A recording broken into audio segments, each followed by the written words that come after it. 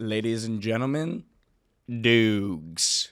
This is another episode of the Creator Incorporated. We got Barstool D00gs on the show. If you know him, you love him. If you don't know him, you're about to love him. He is simply an electric factory. He has spent his entire postgraduate career working at Barstool Sports. He first went viral because when he was interviewing for the internship, he just had a hilarious few clips of him just being himself. And you'll know what I mean by that here in a little bit. But interestingly enough, what you saw in that clip that's gotten like reshared millions and millions of times isn't actually what you thought it was. He'll go into that. That's how you create a little intrigue for a podcast episode, by the way. But fantastic time. He's so funny. We got along really well, and he really did reveal a lot about kind of what it's like to actually work at Barstool Sports, what it's like to be a creator under like this media umbrella. We always talk to content creators that are like doing their own thing and it's very like solo, but he talks about the dynamic of being like in this legitimate content factory with all these other very entertaining, creative, exciting people. He's seen the journey of Barstool Sports from when they were owned by Penn to when Dave Portnoy bought it back, and he talks about his time working directly with Dave Portnoy and Big Cat, Dan Katz on the Barstool Pick'em show. So two of the biggest names in sports media. D00gs was with him every Thursday for a year. So listen up, check it out. It's a lot of fun. There's going to be a lot of social clips that come from this. I'm just going to go ahead and predict that. But shout out to D00gs. He is the best, and I won't reveal his real name. I'll let him do that. On with the show. Thanks so much. Follow us on Instagram at The Creator Incorporated, TikTok, wherever you do whatever it is that you do. Cheers. See ya. All right, we got D00gs. Ladies and gentlemen, we got him. What's your real name? Mostly Kevin, sometimes D00gs. Okay. Sometimes asshole. It really depends on who you're talking to. I got that. Yeah. I got that. Well, you're D00gs to me. Yeah. You're a D00gs. You're my kind of guy. I want to know right off the jump, how'd you get the name D00gs? Well, my last name is McDougal. Mm-hmm. People don't necessarily like the name Kevin. I think it's too common of a name. So when I started working at Barstool, making a online presence, I was like, I need something that's quick, one syllable, something that'll stick, that's more reminiscent than Kevin. Right. It's D00gs. Right. And when I was doing the name D00gs, D00gs was taken. So then I was like, let me go back to my Call of Duty days and let me add the zeros. In the username. Yeah, exactly. Like boobs, noob. Like those like clan tags. I remember like in Call of Duty it would be the 2 zeros. So I added it to my name and it's kind of stuck ever since. That's dope. Yeah. Noobs, N00BS, or like your calculator when you do 58008. Boobs, yeah. That's a classic. The fellas are going nuts. Nuts. That always hit. Oh, you were the coolest. The first kid to like bring that, who had like the older brother. Yeah. Who like showed them the calculator. Like that was the coolest kid in class. Every kid that had like, that knew how to hack those TI-84s. Like, to get like doodle jump. Do you remember those kids? Those guys were all in jail. Oh yeah. Those are bad people. They are selling crack. Yeah. Those are like, my mom was like, stay away from the kids that have doodle jump on their calculator. Yeah, because those kids, they're cheating. They're like, and it's like next level from like, you know how you'd write the answers to the math test on like the case of the TI-84? Every time. Yeah, like you do the pencil, and that's pretty like harmless. But if you're in there, like you got like an HDMI cord attached to your calculator, like you're a psycho. Freak, yeah. How do you jailbreak a calculator? Yeah, it's a little creep move. Okay, dope. You got a big presence online. I was looking right before this, 39,000 followers on TikTok, 11,000 on Instagram. Is that weird to think about? Like 50,000 combined people are like living and dying, just running with D00gs. When you put it like that, yeah, because I don't look at it from a combined thing. I kind of look at all my followers from, all right, I have 33 on Twitter, but so many people have such a bigger online presence. So I'm really not that big. I always feel like a small fish in a big pond with my followers compared to other people. But when you combine all of them, yeah. You got a freaking, like college football stadium worth of just D00gs fans. I could sell out MSG with if all my followers came. D00gs. I hope there's not too many cross platforms, but well, there better not be. Yeah. That's messed up. I always forget that too. Like, I think, correct me if I'm wrong, but I mean, Twitter was where you initially kind of got the following, right? Yeah, Twitter is definitely my main platform. I love talking chop with people. The chop shop, I like saying, like just like kind of talking about whatever I want. You follow people with similar interests. I talk lacrosse, I talk Dayton, talk college basketball, all just my interests. And if you like those interests, or you want to follow along to my heartbreak of Dayton basketball or my analysis of lacrosse or just memes that I'll put on Twitter, like I like the different ways that you can kind of talk about. Like while on TikTok, you kind of need more of a niche. You got to have something that's like yours to really grow. I grew from TikTok mostly because I had this Barstool interview that went viral, and a lot of people followed me from that. It gave me a good jump. Yeah, we'll talk about that. I kind of do want to get in like the origin story, but I will say that like Twitter is the best for you can like your stream of conscious, like you can just have a thought. It's the daily newspaper. Yeah, it's the new. It's I think of it as my New York Times. I won't buy the New York Times. I get all my news from Twitter. Anything that I want, if something major happens in the world, the first thing that I do is like go to Twitter.com, x.com, Elon's now.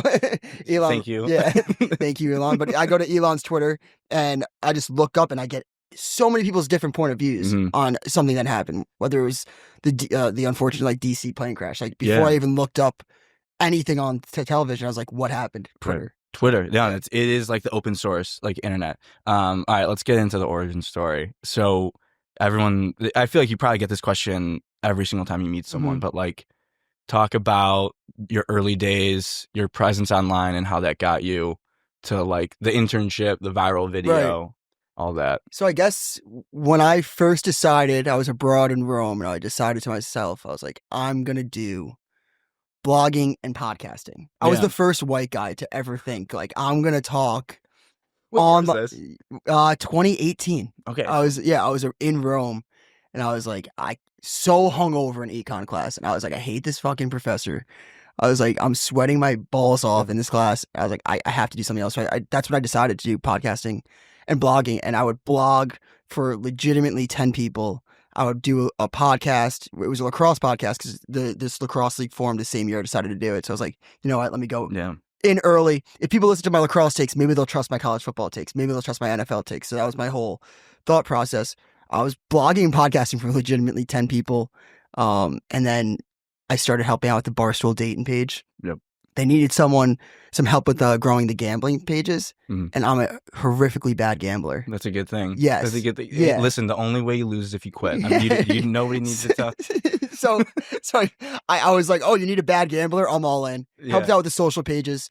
Got an internship. That wasn't my internship interview. You know, I had to come in and look nice, present myself, write down what I thought I could do. And I got it, and I never looked back. I was like, if you let me put my foot in the door, I'm not gonna. Okay, I have a couple follow-ups to that. Yeah, first, 100%. Like when you first started blogging and podcasting, were all of your like Dayton buddies or your buddies from home like this is cringe? Did you ever feel like it was cringe, or were they like, this is cool? There were some people that were like, it's cool that you're figuring out early on that this is what you want to do, but you're a moron. Like you're gonna be bartending or doing AA minor league baseball play-by-play. And there were a lot of people didn't really see what I saw. I was like, I would rather. I read this quote during this time period where it was like, more dreams are killed without being chased than ever being chased at all. I was like, that really stuck with me. That's one of like the quotes that I live by, because I think so many people say like, I want to do this, but never even try to chase their dreams. But I'd rather fail chasing it than never even trying. Oh yeah. And I feel like the thing you probably figured out is, even though you're blogging, podcasting those 10 people like ride or die. Right. And it's like a guy in your corner. It's practice. Yeah. Like speaking in front of a mic for the first time is uncomfortable. Everyone will say that, oh, I don't even notice the camera. I'm talking differently with the camera in my face. Like it happens. Even with like a microphone. So I think just getting that practice, you get more comfortable in front of a camera, in front of a mic. And I think just I learned a lot in my college days. For sure. Like not about history. Everything I should have learned, I didn't learn, but I learned a lot about myself. And what I want to do with my life. Hell yeah. You're the first person that actually found themselves abroad. People are always like, I went abroad. I found myself I found myself a couple ways. I found myself like basically like blacked out next to the Coliseum. That was like its own come to Jesus moment. Literally Jesus in the Roman. Found myself in Vatican City at 7 a.m. I'm like, what am I doing here? I was in the Pope's office at one point. I was looking for God or someone to give me a sign. Yeah, what people don't talk about is the night before you were hungover and decided you wanted to blog a podcast, you were like, I'm down. Trust me, that day I decided to, I did not have it together. I still don't. You figure I don't think anyone truly has it together. Like, I don't know if you've experienced this, but when I was 18, I was like, I had this all figured out. And then when I was 21, I was like, can't believe how dumb I was when I was 18. Then at 24, I was like, I can't believe how dumb I was in Rome. And I thought that I had it all figured out. And now I'm looking back, it's like every 3 years, just see like the growth. And now I'm like, I'm the smartest guy. I'm the man. I'm freaking brain formed. What is it? At what age is your frontal lobe? Yeah. I actually see it in real time. It's crazy. My mom was like, "You're a different human being." I was like, "I have always been like this." Mom, you don't know the real me. Yeah. That's not a phase, Mom. So the next thing I was gonna ask about was the internship interview. Like, what do you think stuck out about you? The one where you're like, you had to be.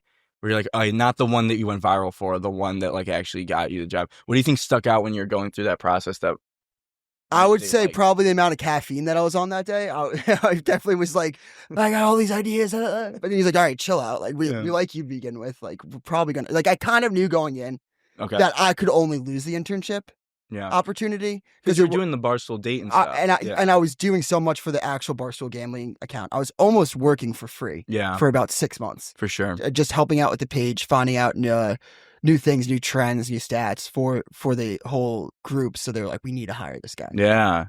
That's huge. But I think one thing I just came in, I didn't go in saying Barstool is my dream job, which I've always manifested that I wanted to work at Barstool since I was 14 years old. But I didn't go in saying, I need Barstool. Barstool's my dream job. Here's how Barstool could help me. I came in saying, here's what I love about Barstool, but here's what I think you guys can improve on. Here's areas that I think you guys are missing out on. Even though you guys crush it at this, I think that we can improve in this area. Yeah, I could totally see people going into it and like kind of fanboying it. And almost like going to the interview like, oh, I love Barstool so much. It's like the best. It's like my dream job. It's a lot of people's dream jobs. But like, what can you do to make Barstool a better place? I think that I could really just like vibe with the guys. No, dude, just because you lost your $200 parlay and you're hungover and you have $12 in your debit card account, checking account, does not mean that you'd fit in at Barstool. Like, exactly. People there, I think there's like a thought that nobody really works at Barstool, or that it's just kind of it's some of the most creative, hardworking people that all want to strive to be the best. Now, are there lazy people? Yes. Yeah. And even they make better content. Like just by being lazy. Right. Somehow, some way. It's just some way Dave will get the best out of someone from being lazy. Yeah. I would like to hear more about that. Like, do you think that's the biggest misconception about, like, from the outside? Because you get so many, it's like the subreddit world. It's like the reply guys. There's just this crazy subculture and community that just like their lives are wrapped up in the Barstool universe and like talking about it. That's the funniest thing is I know a lot of my coworkers don't like to read the comments or like Reddit, but I love knowing something and then seeing everyone's guess. Oh, I love that. Like, I do like looking at the comments when, like, in certain circumstances, just to see what people think. Yeah. Because I used to be not a commenter, but I used to. Yeah, you follow along. I'd be like, yo, that's totally true. And then I went to work there, and I was like, oh wait, that wasn't the furthest thing from the truth. Right. So now I just like to see what other people have to say. It makes me like crack up. Like, I even know there's this girl Mubi we work with now. Oh yeah. And she like hard launched her boyfriend. I did see that. And there was on the subreddit like these girls like New York City Snark were like, Mubi's dating like Barstool Chicago personality Connor Griffin, and he was like, "What?" It's like, I haven't even met Movie yet. That's sick. Yeah. Good. I mean, good PR. All PR is good PR. Right. Because now people will want to get to know Connor. Right. Yeah. Absolutely. Yeah. I know how that domino effect works. Oh yeah.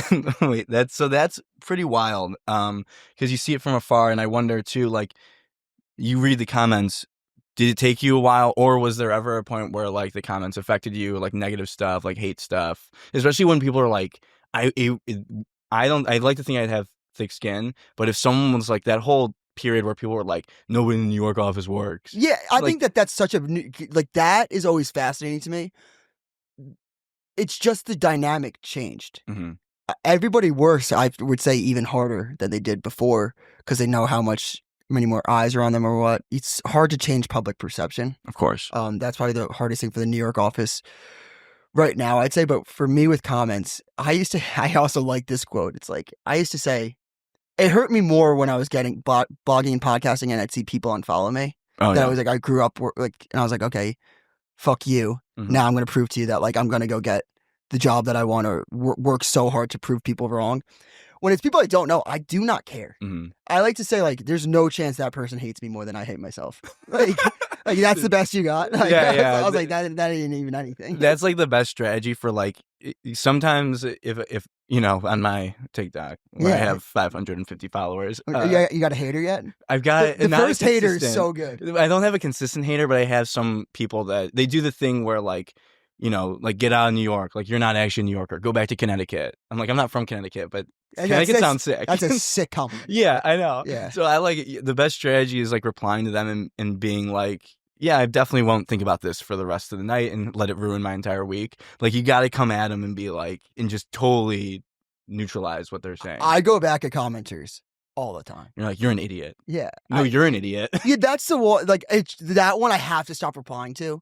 I also like to believe to people, I'm not the smartest guy, but I like people to pretend or people to perceive that I'm dumber than I actually am. I never want someone to think that I'm the smartest guy in the room. I was like, let everyone else think that the smartest person. Yeah. Well, I was always lower expectations. Yeah. Always, yeah. Set the bar low. Right. That's what I apply that to every single facet. Because if I think that when you listen more in a room, you gain more knowledge than by the guy that's talking the most. 100%. While I'm talking the most during this podcast. Okay, dudes. All right, but Gino's the smartest guy. He hasn't said one word yet. But I was gonna ask about that because, like you were saying, public perception is hard to change, and the public perception for you when you go viral for something that's like your internship interview, right, where people have this perception of you based on that. Mm-hmm. Do you find is it something that like you are working towards to get people to take you more seriously? Do you not care at all, or what's that journey been? You just have to be a moron. If I'm talking about sports and you're like, well, this guy's not, like, he definitely didn't perform well on the SAT, so I cannot believe that he thinks that the Eagles are going to beat the Chiefs in the Super Bowl. Like, that has nothing to do with anything. You're the smart, like, you're the dumb one. You're an idiot. You're an idiot. Hey, you're an idiot. Yeah. So, I mean, not really at all. Like, you just can't even respond to those comments because that guy that's probably commenting on a burner account called, like, user 123476988. There's always a 69. I knew you were going to say 69. I knew. I was like, don't say 69. It was in my head. I was like, don't say 69. Don't you dare say 69. But yeah, talk over a mile away. I know. I was like, he's going to say 69. I said 13, and I was like, what's 13? I'm sorry. I was like, 169. Square root of 69 is 8 something. But okay. Yeah. Wait, what were you saying? It's hard for people. It's going to be impossible. Yeah. For everyone to think that I'm not smart. It's impossible to kind of go against that public perception that I'm dumb. And I don't care. I do not care. Yeah. I don't. Like, you're clearly like secure in who you are, so it really doesn't really matter what other people think. But I'm like Rain Man. What the fuck does that mean? Like, I'm good at math. I'm not great at like reading and writing. Oh, really? Yeah, like math's my shit. I think that like it's the same thing. 13 times 4. I don't know. Come on, man. You can't put me on the spot like That's what's up. That's math, dude. I'm good at multiplication tables. Anything up to 12 times 12. Oh, okay. Like the Mad Minute. All right, what's 8 times 7? 56. Gino? That's correct. Damn it. So happy. Thank God. I suck at this. That's the thing, is anything that I learned, like, remember Mad Minute? That was probably my claim to fame at Barstool that never got Mad Minutes, like when you do the multiplication. Oh, like, yeah. How fast you can do it in a minute. I won a competition at Barstool for multiplication, and it just never saw the light of day. Oh, yeah, because they're like... I know, yeah. They're like, wow, we're good. Exactly. That's when it would piss you off. They had someone else win. They cut me out. That's bullshit. When I was an intern, I was like, are you kidding me? Wow. But the intern interview, I think the funniest thing that I always tell people, they're like, so like, how'd you think of that stuff on the spot? Or like, how'd you do this? It really is the funniest thing. I was like, people think of me now, or like when it first happened, they're like, oh, this guy's gonna be a star. This guy is so funny. And I was like, look at like people close to me. I was like, they don't know that's like the funniest I've ever been. You had your big moment. Yeah, like I could be I could be like witty and quick, but I'm not the wittiest or the quickest. You were in a role. Yeah, it just happened to be that day. You're in a flow state. Yeah. You were in a flow state. Did you like black out for that entire process, or do you remember it vividly, like the entire experience? I knew with my role, because I'm a social media specialist, I was like, there's not going to be that much. You can't be an intern craving the camera attention because then it'll look negatively on you. So I was like, this is the one time that I'm going to be on camera. Like, if you want to try to make it in this space of being a content creator, like you're going to have to shine right now. Yeah. So so was that like actually the interview? Yeah. Or did you? That was so you did that interview, and then what the hell happened after that? Like, did they call you up, or are they on the spot? They called you. We went one by one. Like whoever was interning, like went up to like during COVID. It was such a weird time period. Had like half the because you had I think you had like the gator. Yeah. Wow. I used to sport that thing all the time. Dude, those are part of people's entire wardrobe. It'd be a great time to get a hickey. Like people are coming out with that. Did you hear? No, it's perfect. I was like, dude, I just made a funny joke. You need to listen to me. So they called you, left. Everyone was in one by one, and then when they let you know that you got it? No, so that was after I already got it. That's the misconception. Wait, what are you saying? So that's the misconception with the intern interview, like the one that went viral. Yes, that one you got called up one by one. So I already had it.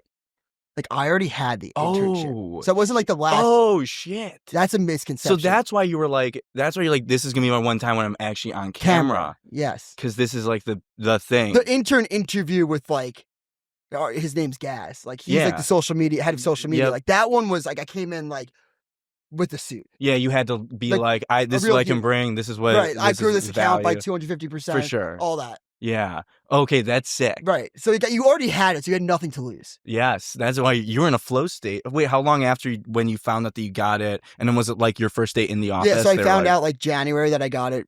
December was the internship.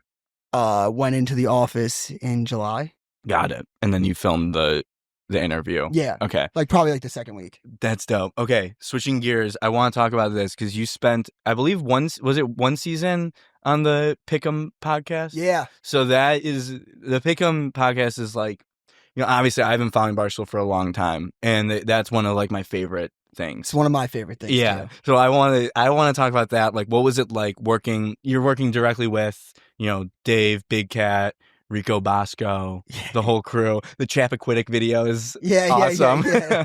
So what was that experience like, spending the whole football season with them? It was one of the coolest experiences that I think I'll ever have in my life. Mm-hmm. I don't think too many people will ever be able to say I was on a podcast with Dave Portnoy and Dan Katz. Yeah. I mean, I've had a lot of failed podcasts with Rico Bosco, so I can't say that. It's sad that I can say multiple. Right. Well, you just gotta get your shots out. I mean, this guy, me and him are just chucking. You're chucking. You gotta. I mean, he's electric. That trio is an electric crew. Yeah, the pick and roll. But just learning from them and their process. I think seeing, especially Big Cat, because when I came in, Dave wasn't really in the office every day. But seeing Big Cat's process and how he prepares for Pardon My Take, or how he prepares for Pick'em, and how hard he works, and if he goes in on something, he doesn't want to half-ass it. Like, taught me a lot from the outside looking in. But I mean, it was one of the coolest experiences of my life. Yeah. And then I won that season. I won the Mortal Lock. I won the Bob Diaco. I won Best Gambler. Yeah. Hey. And now people think, which is great. It's the best thing ever, because now people for some reason think that I'm a good gambler because of this one season. And I think since then I've been down like 50 units. You just need you shine at the right moments, Dukes. Maybe I am. When the bright lights come on, that's when you shine. It's crazy. You're a superstar. Yeah, people that just tune in, like someone might not know me, but like, that's a funny guy. I saw his TikTok. Right. Not that funny. That guy's a good gambler. I watched that season. Not that good of a gambler. You got this whole perception. Yeah. Maybe you don't want to change the perception. Is what you should take from this is perception is way greater than reality. Oh, absolutely. And that's literally all that matters. I only care about what other people think of me. I don't give a shit how I actually feel. So, you think I care? Yeah. You think I give a shit? I just care about girl I went on a date with, how she feels about me. Yeah. when we were talking, was you, right? When we were talking, like, do you think that I always wonder, am I someone's nightmare date story? Yes, we did talk about that. Yeah. Like, hey, that's like my worst scenario. I haven't stopped thinking about that. I walk away from a date and the girl, and I'm like, that was a nice date. I crushed you. She's like immediately like, I just had the worst date of my entire life. She just didn't want to come home. She's tired. Of course she wants to come home. Workout class the next day. There's always She wanted to come home. She just couldn't. Yeah, that's the worst. Anyways, Is that cut deep? I don't want to talk about it anymore. Too. This is not cool. I was gonna ask. Oh, how'd you end up being able to work on Pick'em? Like how they decide like you're up to bat? So they had this kid who worked there. This doesn't help my case. They were like they had this kid that worked there that would always mess up the records. So they were like it brought great like content. So like we should go find an idiot. So they were like, we got to make sure that this next person is so just as dumb. They're like, yeah, we have even dumber. Dukes, camera pans. Yeah. And I was pissed. I mean, when they moved to Chicago, the one thing I wanted to move to Chicago purely because I was like, I loved that opportunity. Yeah. But they're like, it won't be affected, but the logistically it just didn't work out. Couldn't do it from the New York office. Yeah. So kind of got dumped out. I got dumped. You got dumped. I got dumped. Way to bring it full circle right there. You got dumped. Yeah, it always comes back to that. Okay. Oh, last question, and then I think we'll have Claire wants to ask a question, so she'll get a celeb question in as well. But before that, so Claire, why don't you simmer on that for the next few minutes? Anyone like a lot of celebrities come through the office, I'm sure. Is there anyone that's been like, holy shit, starstruck moment? So I hate asking people for pictures. For sure. I want to ask. With that being said, do you want to take a picture after this? Yes. Okay, cool. Well, yeah. I said like celebrities. Yeah. Superstars. Not like the East not Village mega guy. celebrities. Not the East Village guy. Yeah, thank you. Okay. But like mine's random. Like there's this guy Adam Morrison who played for Gonzaga in like 2006. Hell like yeah. that's who I want to take a picture with. Dude, yes. Who was my other one? I took a picture with. I can't even remember now. But Adam Morrison was the one. That was my first picture. Can never forget that. Mark Wahlberg. Ooh, that's a good one. Mark Wahlberg was the coolest because he doesn't drink. Okay.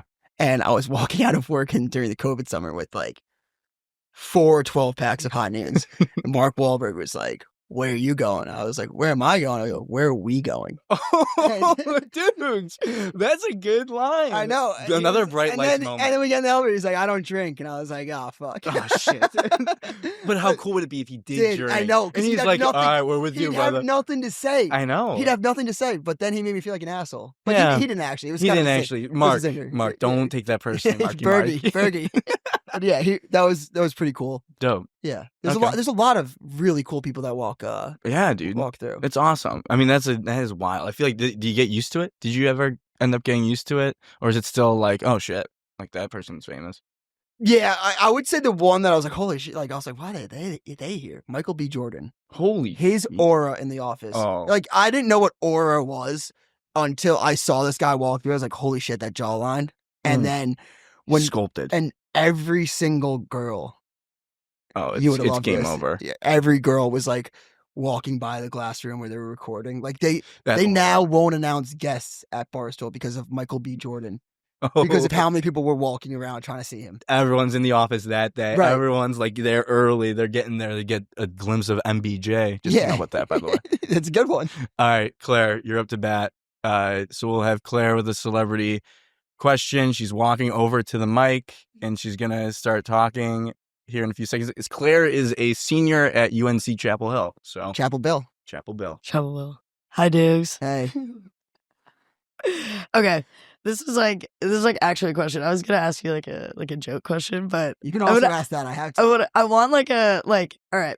So it's funny you bring up the Rome thing because I really wanted to run the UNC Chicks account and I applied while I was in Rome and I did this whole thing. Like I made my mom take pictures of me and stuff when I was in Rome. Whatever. Like not the point, but she's like, first off, bullshit that I didn't get the job. So dude, I didn't get the job, but it's okay. Did you go through the application? It's okay. You're like you gotta go through the portal. No, okay. So what I was gonna ask, like for someone in college, like probably younger than me, like junior, when you got your internship, how did you even initially get through the door? And what would you say to someone who's like 19, 20, wants to intern at Barstool? Like, how do you put yourself in the position to even like get an interview? To the like for the Chicks account, like how you got No. but how did I get the Barstool dating one? Yeah, no, yeah.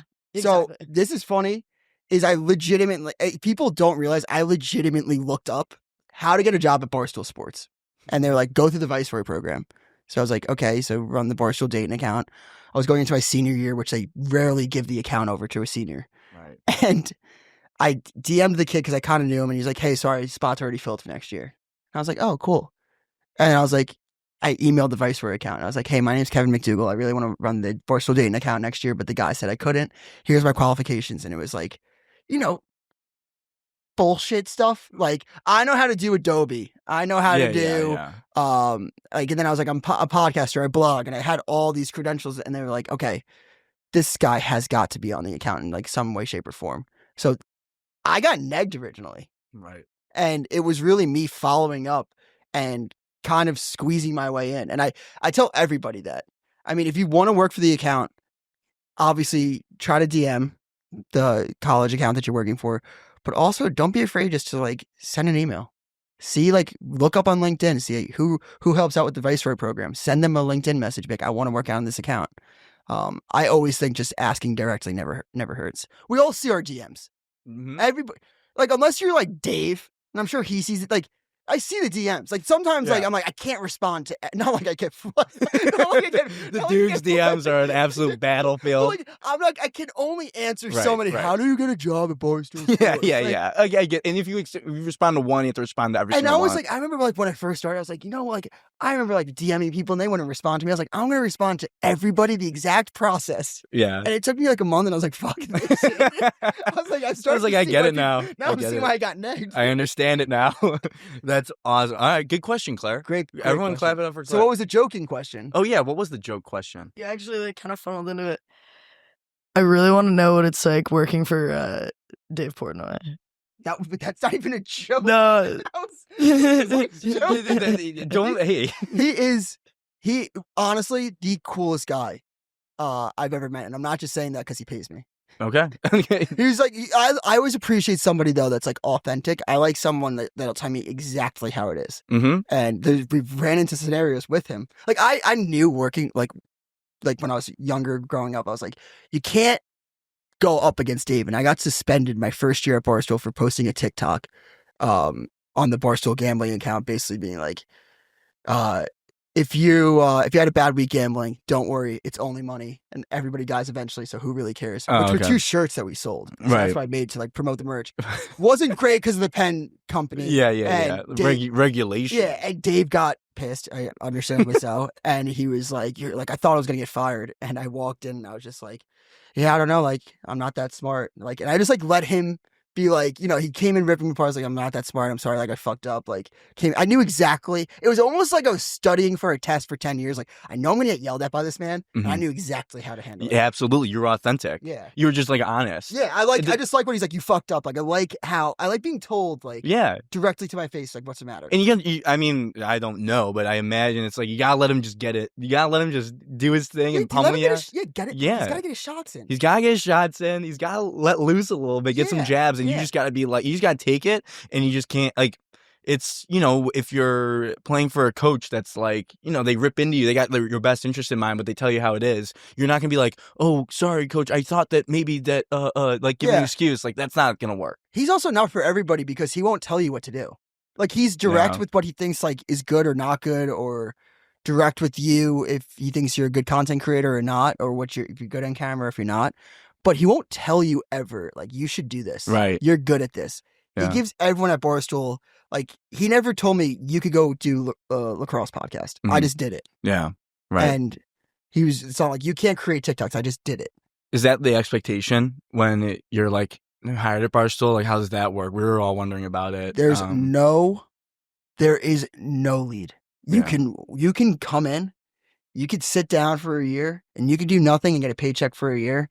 And then at the end, it'd be like, what did you do? Like during your negotiations as a content creator. And he would be like, okay, you didn't do anything, like you're fired. Right. You could hypothetically, like legally, if you sign the contract, you would get just ripped apart and you like, probably never get another job like, ever well, you didn't again. tell me what to do. It's like, I don't tell anyone what to do. Yeah. He's big on like anything that you could do, you could be filmed on a phone. Mm-hmm. He doesn't even think that you need like this camera. He's right. He's like, everything could be filmed from a phone. Like, he's big on like, I used to edit, I used to produce. And I also agree with him that like, I don't believe that you need the highest production level sometimes if the content speaks for itself. If you have really good content, the followers and the audience will come. We know that better than anyone. Gino, Yeah, I was gonna ask. So then, like, what are you doing, like, to like plot out the content? Like, how do you structure your? Are you thinking in terms of years?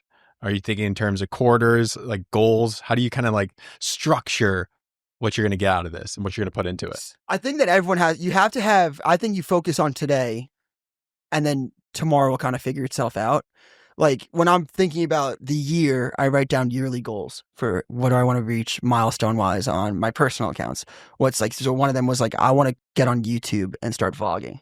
So that's a goal that I have for this year. I got to commit to that goal. But then it's like, yes, that's what's up. That's what's up. And then when I think of it, like, where could I be 3 years from now? I like to pretend like I know where I'm going to be in 3 years, but I don't. I really think I focus on days, weeks, months, years, and I kind of plot everything out in the beginning of the day, beginning of the week, beginning of the month, beginning of the year. That's how I kind of like focus on things. That's dope. So you're more focused. You're obviously focused on the metrics are, the biggest part. Right. You're trying to just grow, and then you just kind of back into, okay, what can I do? What kind of content can I do that can get me to that goal? Right. Like I'm big on like, I haven't, the things that I wasn't good at like writing down my goals. Mm-hmm. I didn't write down, here's what I think is successful. It was kind of like, let me throw shit against the wall, see if it works. No plan. Now I'm much more strategized with what my plan is, especially when I'm creating for podcasts. I go in with notes, segments. How can I retain an audience throughout the entire like podcast episode? So it's like reminding someone like, hey, at the end we got an interview with, nice. Or hey, to make sure you like always reminding the viewer that towards the end of the podcast, like what's to come. Mm-hmm. Kind of, you have to, because it is at the end of the day, it's retention, right? And a podcast is a long form. Oh video. Yeah. Yeah. Oh yeah. Hey, go back to the beginning and watch. I'm trying to retroactively use that advice. Yeah. No, it's cool because I think one of the coolest things about my job is I learned so many skills about social media production, on-air talent, and then being able to pick up from so many creative and successful people, totally. Like what their advice is. And you just kind of learn tidbits. It's a crash course. It's a crash course at Barstool on everything that you kind of need to know in the media industry. You just got to throw it. And then what you were saying, I think makes sense at first, like throw shit at the wall, see what sticks. But now you kind of like have you got your thing. Right. You kind of like found what is really how you get your audience, what you can resonate with your audience about. Right. And now you're like, okay, now I'm kind of into the next gear. Like you're kind of out of that, I don't want to say training wheel phase, but like experiment phase. Like in going back, it's like this year it's been, for me, for a while, I was like, what do I want my content to be? Do I want to be the funny guy? Do I want to be the college basketball guy? Do I want to be the gambling guy? Mm-hmm. And I like to keep the doors open for all of that. But I think finding a niche, because then you have to connect with that exact niche audience and how to like grow and then keep it from there. Because if you're 25% the college basketball guy, 25% the... Yeah, it's not going to work. Yeah, it doesn't work. So like now I'm trying to go all in. I like to go on the ground floor. Like gambling and lacrosse are like untapped markets. Yeah. So I was like, I got to go with lacrosse. For sure. Yeah. Oh, it's sweet. That's awesome. Anything else? Anyone have anything? Wait, can you gamble on like lacrosse and stuff? You can. Oh, nice. Yeah. Whoa, are you Am I giving good out at your that? picks? Yeah. Are you? You would think that the lacrosse gambling guy would be good at gambling on lacrosse, but I got a funny story. and I'm not. it's my balance on DraftKings. Right? Thank you, DraftKings. Thank you, DraftKings. DraftKings actually sponsors us too. Do they actually? No. They will after this. Free ad. You're welcome. Support the boys. Thank you, bro. Thank you. All right. Well, I think that's all we got. You got any questions for us? Yeah. How was the Super Bowl Sunday stream? Oh, it was great. Super Bowl Sunday stream. Can people go retroactively watch that? They can. Hey, stay tuned towards the end. We're gonna just play that through.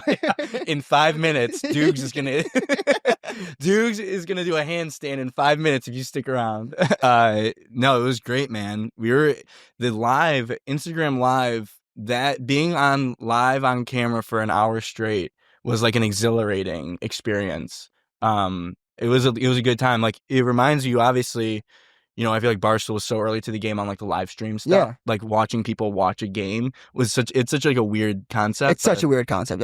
My girlfriend still can't like wrap her head around it. She's like, "What do you mean you have to film people on your phone watching a sporting event? Yeah. Now there's an actual camera filming these people." I was like, I don't even know. Yeah, I wish I could tell you. But I guess I do have a question for you guys. Like, what's been the hardest part for you guys kind of building this company? Gino, go ahead. I think just kind of getting like our people and like there's so much to do. So like getting contractors and like building up that team and getting into a consistent like workflow, because like I'm so comfortable owning all the content, like that hero syndrome. Mm-hmm. Now handing it off and that trust and delegating the stuff it's hard, because like I've never really been a boss in corporate world.